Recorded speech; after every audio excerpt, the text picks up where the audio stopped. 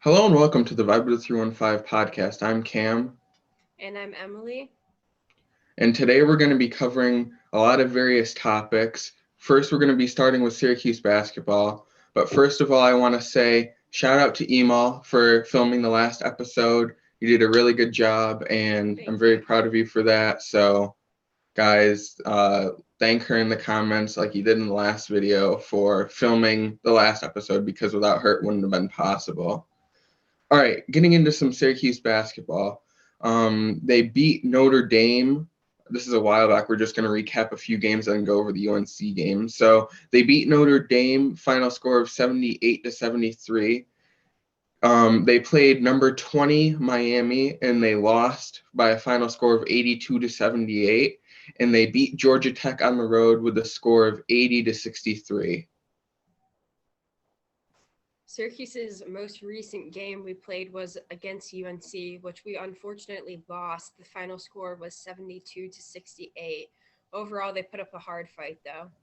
Some stats from the game: Joe Girard ended up getting 18 points. He had 5 assists, 4 rebounds. He did have 6 turnovers, but he played 37 minutes. Also, Judah Mintz, he had 17 points, 2 blocks. Um, Not blocks, I'm sorry, assists, 3 rebounds, 3 steals, and he played 31 minutes, but he did end up fouling out. So that was very unfortunate. Yeah, and then we have Chris Bell, who had 15 points, 4 rebounds, and 2 assists. So scoring numbers were up, rebounds were up for him. So that was a pretty good game for him, I would say. And Jesse Edwards had 8 points, 7 rebounds, 5 blocks in 32 minutes, and he also fouled out. So it looks like Jesse struggled a bit this game offensively. Mm-hmm. Some other notes from the game: Benny Williams is still struggling in games. We've recently seen Chris Bell have a few good games, getting more rebounds, scoring a little bit more, but just something isn't clicking with Benny still. And Boeheim continues to say that Benny is the best forward in practice, but he just doesn't show that in the actual games, which is where it matters the most. So, not sure what's going Exactly. on with him still, but another thing is in the UNC game, Syracuse only shot 3 free throws while UNC shot 23. So that tells you something there about the refs and the calls being made that game. Exactly. And let's get into those calls. So there were some terrible calls in this game, in my opinion. There was one play where UNC guard Mm-hmm. Caleb Love was trying to stop Judah from inbounding the ball, and Love shoved Judah, and it was called against Judah, which is terrible, just a terrible call. I mean, it was obvious that it was not a foul on Judah, so it was ridiculous. Yeah, and another play that didn't go our way was when Judah Mintz was driving towards the basket and he elbowed RJ Davis in the face, obviously accidentally, just trying to shoot the ball up. But the foul was upgraded to a flagrant 1 foul, so that really was not good for us. Yeah, I think that should have been a common foul personally, but Mm-hmm. there was no reason for the foul to be upgraded. The move that Judah did was a basketball play, and there wasn't any extracurricular activities. Like that was a normal basketball play. It was just Exactly. unlucky that the dude's face was there. It's not Judah's Right. fault. And like Cam mentioned earlier, Jesse Edwards really seemed to struggle offensively this game against Armando Bacot. We've seen earlier in the year that Jesse has trouble when he has to face other strong centers. So unfortunately, he was not able to score as much in that game. Yeah, Baycott is one of the best, if not the best, center in the whole country. He recently broke UNC's rebounding record. He's the all-time rebounder there, so we knew it was going to be a challenge for Jesse. And hopefully, if we see UNC in the future, hopefully Jesse can do a little bit better. Mm-hmm. All right, so we've talked about some games. Let's go into some Syracuse basketball tournament hopes. So currently, Syracuse is 97th in the NCAA net rankings, and our current record is 13-8, which is not that good. In quad one games, we are 0-3, which is terrible. So like the best teams we can't beat. In quad two games, we are 1-3. 4-1 in quad 3 games, and 8-1 in quad 4. So it really seems that we're doing good against quad 3 and 4 teams and struggling against the better teams. These rankings can change based on how other teams perform and if they're ranked or not. Yeah, so the wins that get a team into the NCAA tournament are the quad 1 games. So schools like Virginia would be an example since they're ranked. With only one win in the 6 games against quad 1 and quad 2, it seems like Syracuse is going to be not making it into the NCAA tournament. And the only way for Syracuse to really get into the tournament at this point is to win the ACC tournament, which is probably unlikely, unfortunately. Yeah, I really don't see it being possible with the good wins side of it at this point, unless a few of our wins move up, like a few of our quad 3 wins move up to a 2. But we need to basically need to win out, and we have Virginia Tech, Duke left, and I Yeah. don't see that happening. So pretty upsetting as a Syracuse fan. There were some really close games we played this year that we had a good We should chance have of winning, won. but yeah, I can think of really a few of them. So And it's just, our quad 3 and 4 losses, I know the quad 3 loss, that's Colgate, and our quad 4 loss is Bryan. We should have yep. beaten those teams. So just overall down year, but hopefully we can rebound next year. Yeah, kind of talking about the program next year.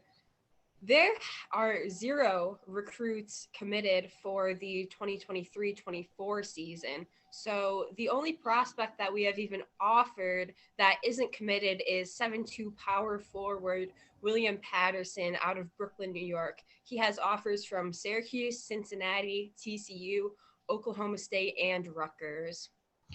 Yeah, from what I was looking at on 24/7 Sports, he doesn't even have any stars. I don't know if that's a fluke or something on 24/7's end, but he's not ranked from what I'm seeing, and he's in this year's class, which is very concerning. Yeah. Again, we're looking into the future. As far as the 2024-25 class, combo guard Elijah Moore makes his decision this Saturday on where he's going to school. He's a 6'4", 4-star recruit out of the Bronx, and his crystal ball prediction is currently at 100% for Syracuse. So the people at 24/7 Sports think he's coming to Syracuse, hopefully. He's narrowed his other options down to Miami, Oklahoma State, Alabama, and Arkansas. And he is widely renowned to be the best shooter in his class. So hopefully he comes here. I hope the crystal ball is correct. Yeah, that would be really huge for Syracuse. So let's talk about some of the current Syracuse basketball seniors. So because of COVID, college athletes are, allowed to take another additional year if they choose. So Joe Girard and Jesse Edwards would be eligible to play another year. So it'd be really great if Girard and Edwards took that additional year because currently they are the most key players on our team this year. And if they don't take that additional year, then it might be time to be a little bit worried as Syracuse fans because losing them and not having strong recruits coming in, some of these other players on the team really are going to have to step up and improve a lot and not make some of these rookie mistakes that they've made a lot of these games, causing Syracuse to lose. So if Joe and Jesse took an additional year, that would be phenomenal for us, but we'll see what happens. Yeah, I'm really hoping they take the additional year. We really need them on our team. Yeah. All right, switching gears from the NCAA, we're going to be talking about the NBA now, and we're going to be talking about the NBA All-Star Game. So the NBA All-Star starters were announced, and LeBron and Giannis are the captains for the All-Star Game this year.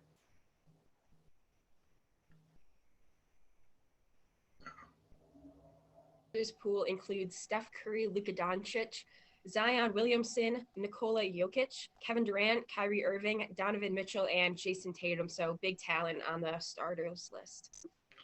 The reserves are going to be announced February 2nd, and also for the first time, the draft is being held right before tip-off of the All-Star Game instead of prior to All-Star Weekend. So they're going to be on the floor picking their teams, which I really think is going to be cool. And we're going to have the classic all-star game. I personally love the idea of them picking their teams. They've been doing it for a while. It mixes it up. And yeah, so all-star weekend, they're doing the draft. They're not doing it before, which is pretty cool. All right, switching to some MLB news. One of our favorite players, Ronald Guzman, has signed a minor league contract with the San Francisco Giants and will be on the Sacramento River Cats this upcoming season. So good luck, Guzzy, and we will miss you a lot. We'll definitely miss you when Scranton comes through town.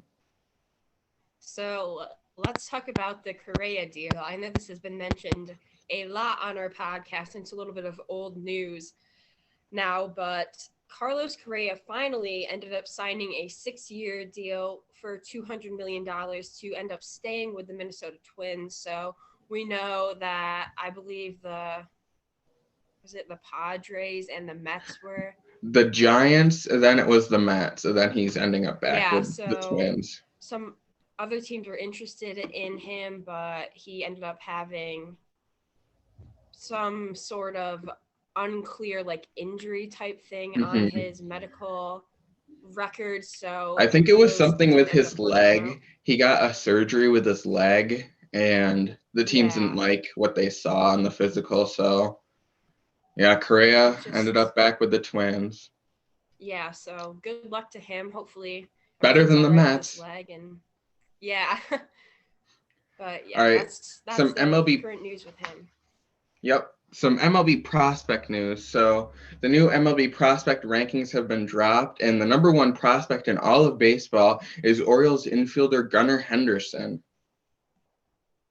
Mets catcher Francisco Alvarez has moved down to the 3rd spot, and Yankees shortstop Anthony Volpe holds the number 5 spot, so that's good for the Yankees. Yeah, I'm glad that Alvarez got moved down. He should not have been the number one prospect. I personally don't even think he should be in the top 10. But going to somebody that is not in the top 10 yet, last year's number 1 overall pick, Orioles infielder again, Jackson Holliday, comes in at the number 12 spot on the prospect list. So very interesting that he's so high, and he's barely played, and he was drafted just last year.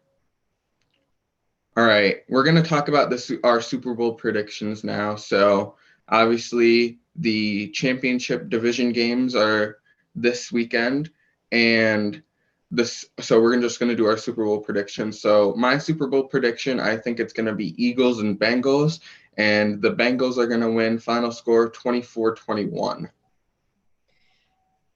I have a similar prediction. I think the Super Bowl will also be an Eagles versus the Bengals game. And I also think the Bengals are going to win with a score of 30-24. I think it will be a really great game. And the Bengals should have won last year, so I'd really love to see them win it this year. So go Bengals. Although all the teams in it are really great teams. Exactly. And like that, segmenting this perfectly segments. So my chump of the week is Josh Allen, and that is because I'm so glad that the Bills lost.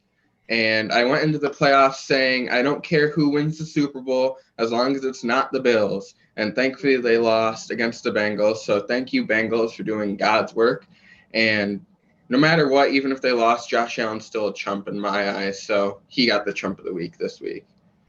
All right, my take of the week this week is that I think the Bengals are going to be losing in the 4th quarter versus the Chiefs, and they're going to come back to win the game to ultimately advance to the Super Bowl. I could see that happening.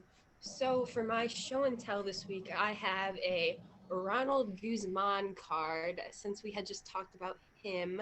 So this is actually a jersey card, so it's extra cool. I got this for my birthday last year from my sister, shout out Becca.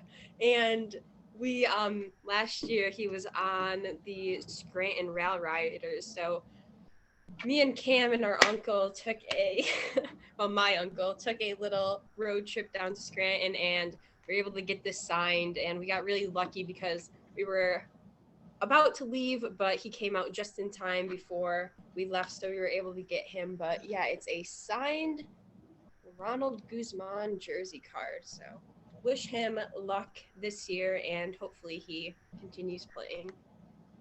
Yeah, it's going to be sad not seeing him this year. I'm not looking Yeah, forward to we're that. gonna miss All right. him. Well, I think that's pretty much it for this episode.